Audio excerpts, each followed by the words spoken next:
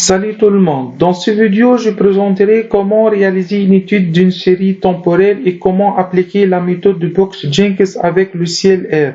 Je vous rappelle que la méthode Box-Jenkins est un outil qui permet d'estimer le meilleur modèle du type ARIMA pour faire la prévision. Nous considérons une série de données trimestrielles de l'indice des prix à la production. Donc, on commence par l'importation de ces données. On utilise la commande read.table. Donc, on va afficher les 6 premières observations. On utilise la commande head. On utilise attache pour transformer les colonnes en vecteurs. La dimension de ce tableau, c'est 169. Donc, on a 169 observations.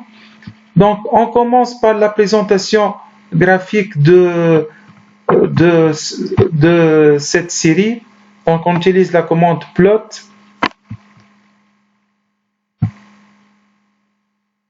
Donc, on remarque que la série est croissante.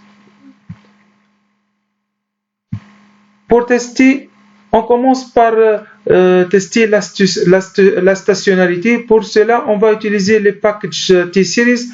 Donc, il faut installer ce package en utilisant la commande install.package.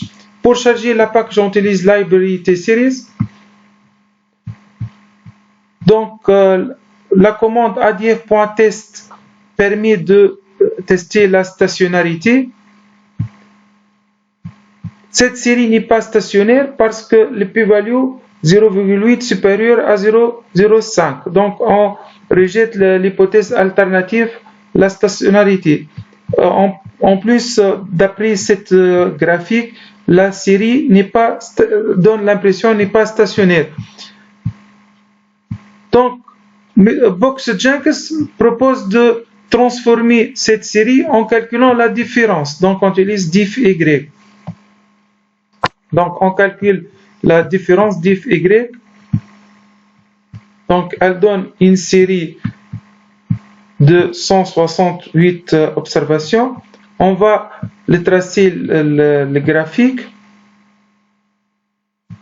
La série, elle est stationnaire autour de 0. On va tester la stationnarité de cette série.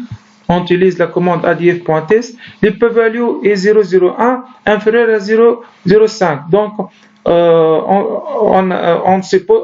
on accepte l'hypothèse que la série est stationnaire. On utilise l'ACF et les PACF pour déterminer les degrés, les paramètres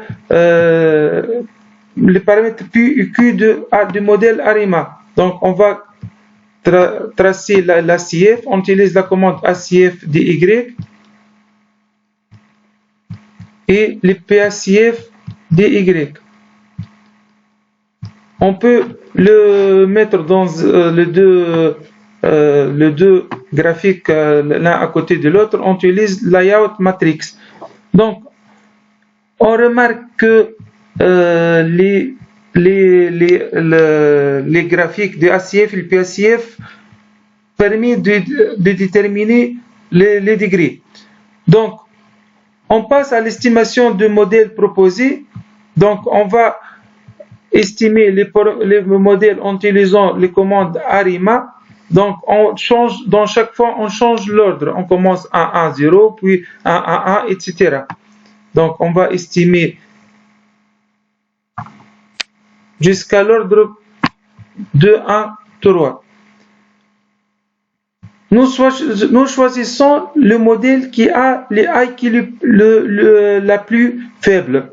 On constate que le modèle ARIMA 2, 1, 3 a les I qui est 3,390 la plus faible. Donc, on choisit ce modèle pour faire la prévision.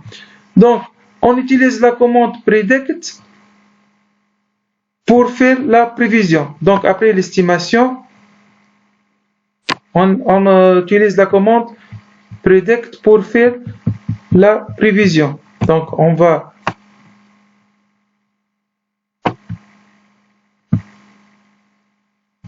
Donc, on va faire la prévision de 10 périodes. On ajoute 10 périodes jusqu'à 169 jusqu'à 178. On va tracer les valeurs observées avec leur intervalle de confiance. On obtient cette figure. Merci pour votre attention. À la prochaine vidéo.